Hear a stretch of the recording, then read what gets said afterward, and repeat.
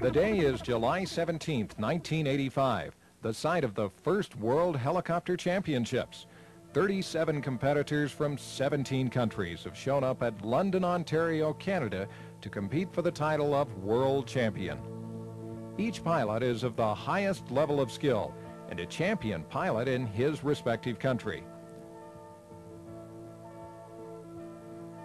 The first thing you might notice at an event like this is that the equipment has become very sophisticated. So before we get started with the competition, let's get a little background from the inventor of the RC helicopter. Okay, we're speaking with Dieter Schluter. He's known as the father of radio-controlled helicopters. He developed and flew the first helicopter in 1969. Dieter, can you tell us a little bit about that first helicopter? Yeah, I made the first helicopter in the late 69 year, and I started in the winter time. It was very cold when I made my first flights in a hangar, an airplane hangar inside, and then I went outside. It was very windy out there, and I must say then I made my first 5 seconds and 10 seconds, and it was 30 seconds. That's, believe me, it's a very long time. And I was very happy in these days, and then I made my first radio control model with a fuselage. This was a well-known Bell Hui Cobra. And I flew this in the first months of 1970, very successful, but only in hovering in the first time. And because at first when you fly a helicopter you have to start with hovering, because this is a maneuver on the beginning of a flight and on the end of a flight. And when I could hover the model for several minutes, and I started flying forward. And this was, believe me, this was very hard, because then the model was very fast, and I had no chance to bring it down first because I did not know how to do it. The model climbs and climbs and climbs and more up in the sky, and then I had to idle the engine down, and the model doesn't come back again, and then it comes too fast, and I had to put a throttle in again, and so it was for me a fight for about 5 minutes before I get the model down, safe and nothing broken. Did you crash a lot of helicopters in the beginning? Oh yeah, in the beginning, yeah. Yeah, I crashed a lot of helicopters, because you cannot say in these days that it was a real helicopter. It was a beginning. These are test models, because in these days we had nothing for helicopters. There were no rotor blades on the market. Nobody knows how to make rotor blades. We didn't have a ball link, something we have in these days, and nobody knows the size of the gear ratio or the size of the main rotor blades and the diameter of the main rotor system. It was absolutely nothing known, so I had to start by zero.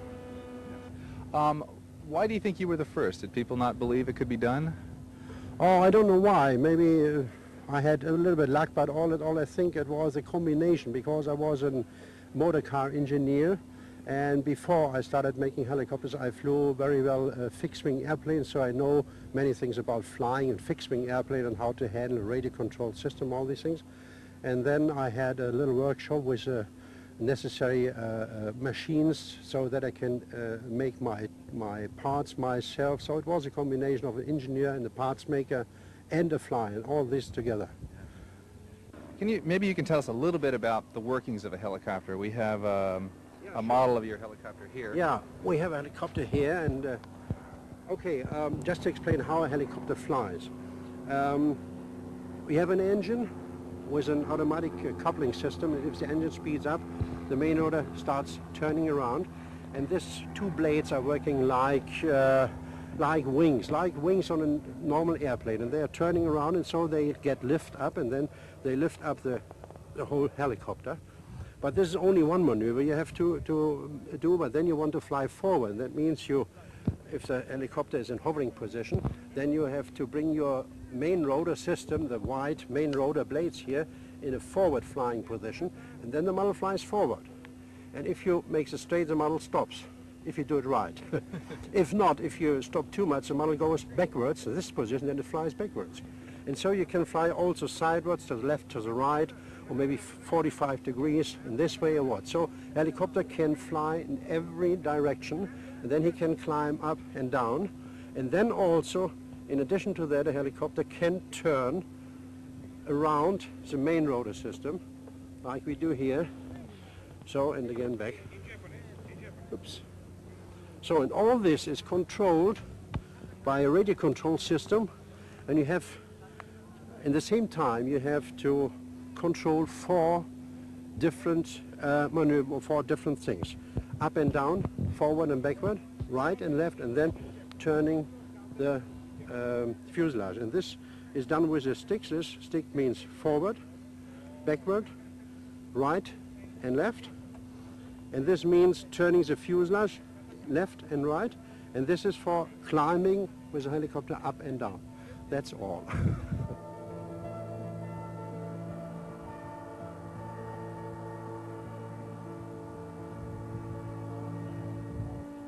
Monday was a day of practice with competition beginning on Tuesday.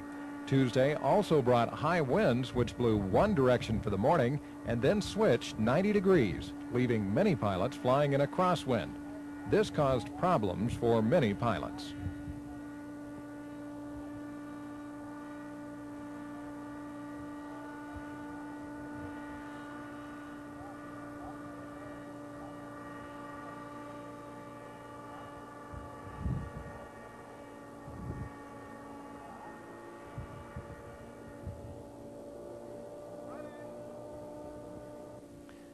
There are 4 compulsory maneuvers: a hovering M, a hovering circle, a horizontal 8, and landing.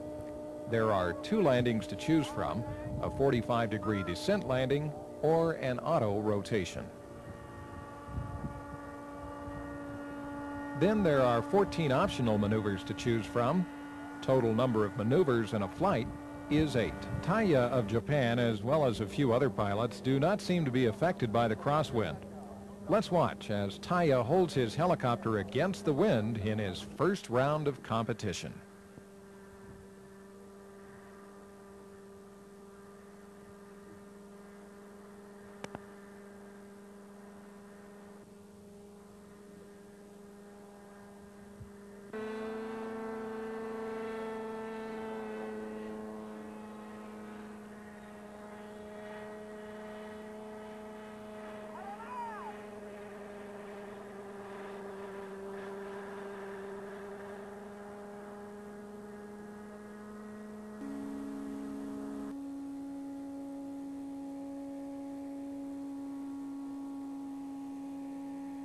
How do these pilots spend their time in between rounds?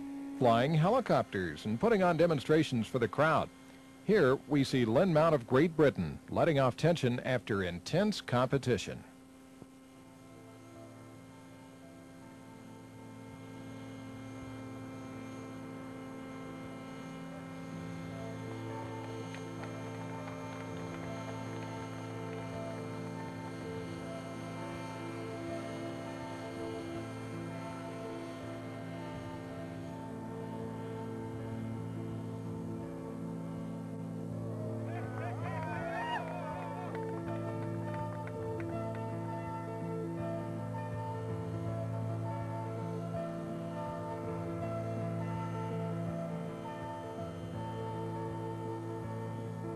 Wednesday evening, Taya was still in first place. His score for the day, 1,691 points, the highest for the competition.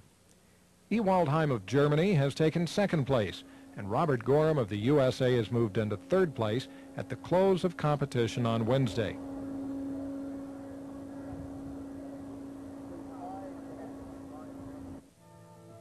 By the end of the competition on Friday, there was no doubt that Taya would finish in first place. And there was no question that he earned it with a final score of 4,691 points. He was flying a TSK Augusta.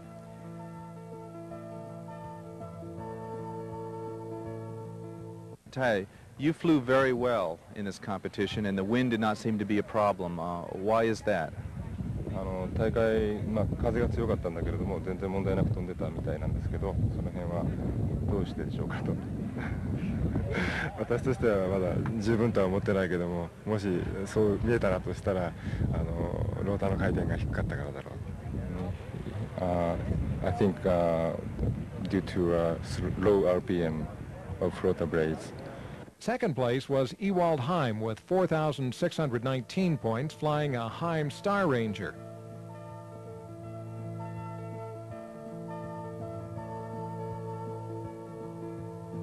Third place went to Atsushi Nakajima of Japan with 4,325 points. flying a Colt Long Ranger. In fourth place was Nagatsuka of Japan with 4,311 points, flying a Colt Long Ranger. Fifth place was held by Robert Gorham of the USA with 4,242 points. He flew a GMP Cobra. Top performing teams were Japan in first, USA in second, Germany in third, and Great Britain in fourth. We would like to take this opportunity to thank Walter Knauss, contest director, for his determination to bring this contest to a reality and making us welcome to the first World Helicopter Championships. We would also like to thank the Model Aeronautical Association of Canada and Daniel Deneen, whose help made it possible for us to cover this event.